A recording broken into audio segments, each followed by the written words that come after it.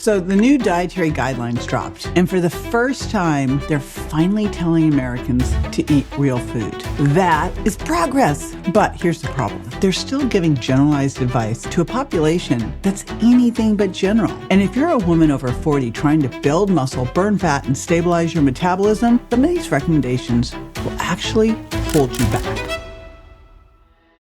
So today I'm breaking down what they got right and what they missed and what I would change if your goal is to age powerfully and not just follow guidelines. And by the end of this video, I want to know, should we create our own dietary guidelines specifically for women over 40? Let's get into it. Let's talk protein. So here's the reality. The minimum is not the optimum. The guidelines give you the minimum to survive, but not the amount you really need to thrive. I'm glad they boosted up the recommendations to 1.2 to 1.6 grams per kilogram body weight, but that should be the baseline because we've got a sedentary lifestyle. We've got anabolic resistance that happens as we age. This means that it's harder for your body to take the amino acids from the protein and help them incorporate them into muscle. You've got insulin resistance, poor sleep, high stress. All of these things are going to increase your protein needs. In fact, what we saw in the Journal of Applied Physiology,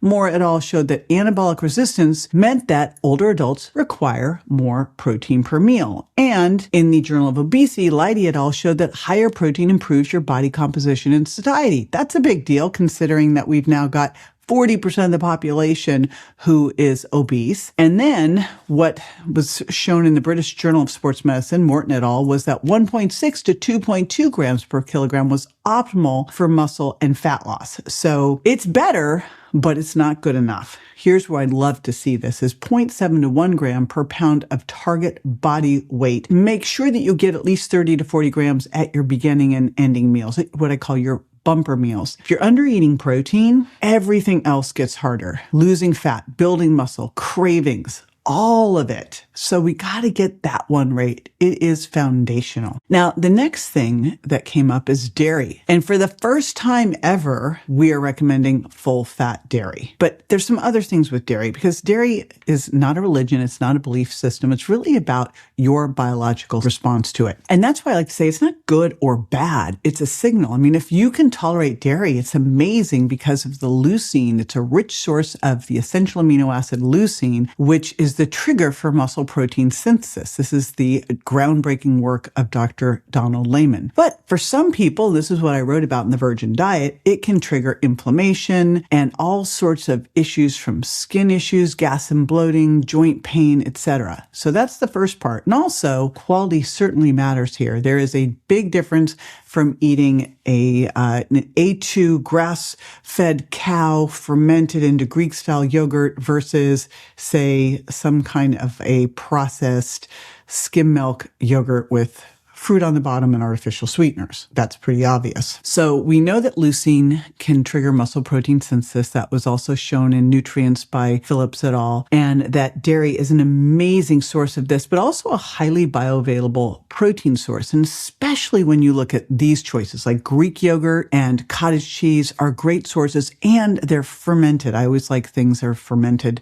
So if you can get that, bonus points, but you may, if you have trouble tolerating those, may be able to tolerate goat or sheep or A2. A2 dairy has a different type of milk protein that many people can digest easier, so they don't get the bloating and discomfort, say what they would get from normal cows, A1 cows. I wouldn't say normal cows, they're just the more common cows here in the United States. And, of course, your body's response is what matters the most here, not the rule of what you should be eating. So I mentioned that we are being finally encouraged to eat whole fat dairy. In terms of fats overall, the challenge I've had with what they made for recommendations in the fat is that we are still talking percentages. And I find that really hard to incorporate in the real world. We've taught people to fear fat and too much fat instead of fearing what that fat is, like the fat from ultra-processed foods, the rancid, toxic fat. When you have percentages, it's abstract. It's hard for people to get that. And what you really want to look at with fat is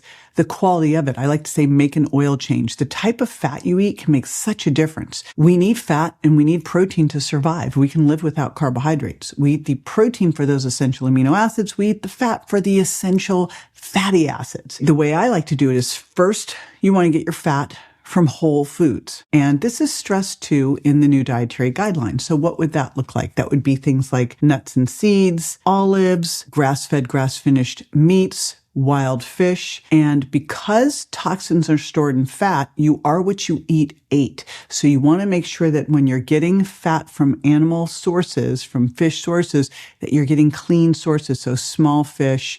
And again, think game, think grass-fed, grass-finished. What they still talk about in the dietary guidelines is limiting saturated fat to less than 10% of your diet. First of all, that's a challenge because how do we even figure that out, right? I think it would be much better talking grams. But the other piece of that is there's a difference, big difference between eating saturated fat in the form of, say, some dairy fat or some coconut oil versus eating the saturated fat that has been chemically processed and is now in an ultra-processed food. We cannot compare those two. So I think what we need to do instead is talk about where we want to avoid fats, and that is in toxic, rancid fats and ultra-processed foods. And the science shows us ultra-processed foods are strongly linked to both obesity and metabolic disease. That was a study published in Cell Metabolism by Hall et al. Here's the big reality though. People eat food. They don't eat macronutrients.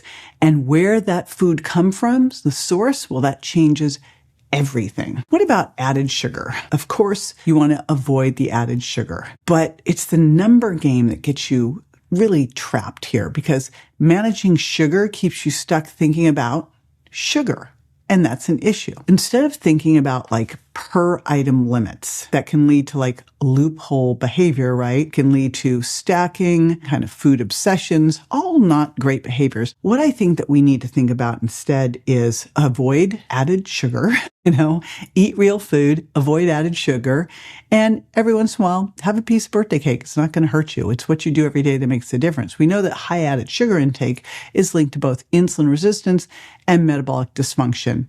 And that was in JAMA Stanhope. But again, the goal isn't to manage sugar. It's to stop needing to manage it because you're reaching for whole foods, things that are naturally low in sugar, like avocados and blueberries and salmon, and that you are being careful about things that have a bunch of sugar and they are seen as a treat every once in a while, like birthday cake. Now, another thing that probably should be seen as a treat is alcohol. Let's call this one the hidden metabolic break. And alcohol's been all over the place. Like first it was a health food, then it was like, don't have any of it. Let's kind of reframe what it is. So alcohol doesn't, it's its own macro where carbohydrates and protein of 4 calories per gram, fat is 9, and alcohol is 7. And it isn't just a calorie. It also changes what your body does with calories. When alcohol is consumed, it's the first thing that has to be metabolized. It lowers fat oxidation, increases fat storage, it messes up your sleep, and it messes up your muscle recovery. When you really look at alcohol, it's not a health food. I'm very sad to say that too. I loved it before when we were like, a glass of wine every day is good for you.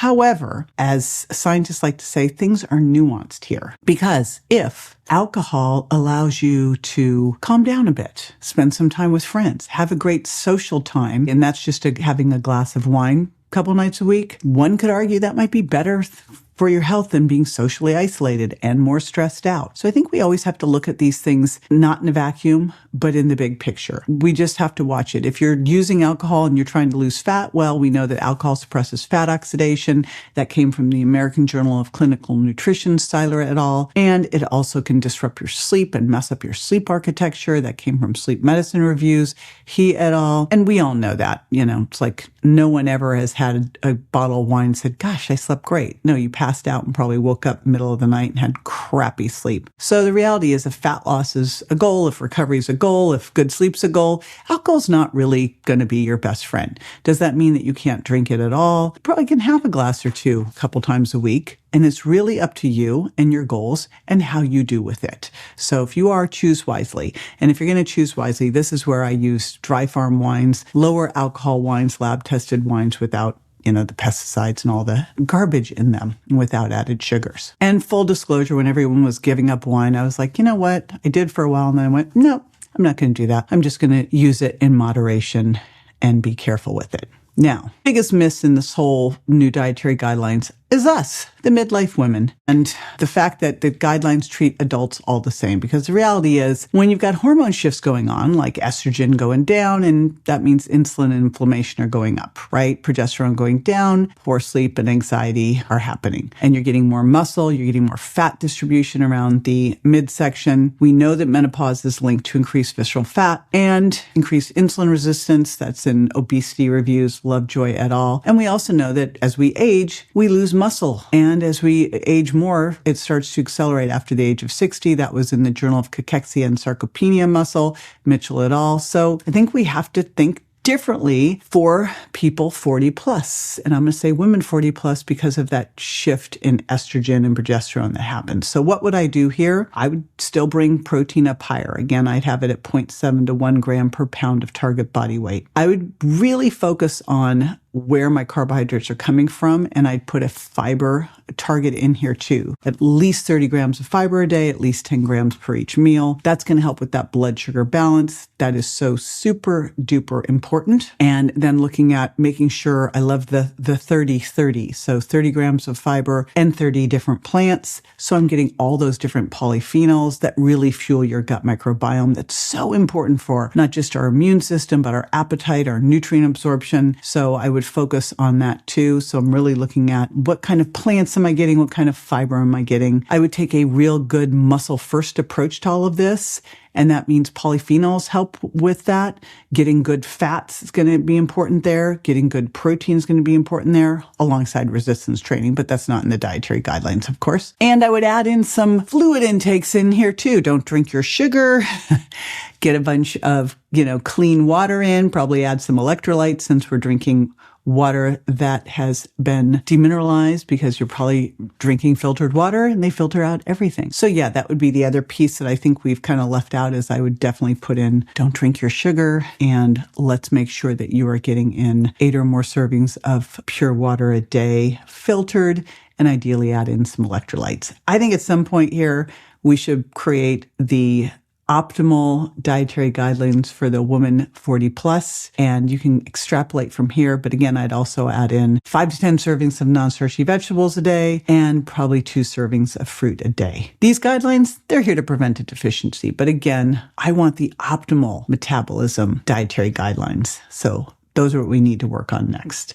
I think these are a great step in the right direction. They are certainly better than what we've seen between the My Plate and the Food Guide Pyramid. But, real health isn't built on percentages or calorie math or checking the boxes. Real health is built on muscle. It's built on metabolic health, on getting quality sleep, stress resilience, and really understanding how your body, specifically you, the N of one, works, especially in midlife. Because if you follow generic advice in a super non-generic phase of life, then you're going to get generic results. Conversely, if you want to feel strong and lean and energized as you age, that focus has got to shift from rules to results, from managing food to supporting your metabolism. Now, if this was helpful, make sure to subscribe, turn on those notifications, and tell me in the comments, what do you think? Should we create a set of dietary guidelines, especially for women over 40? Because honestly, I think it's time.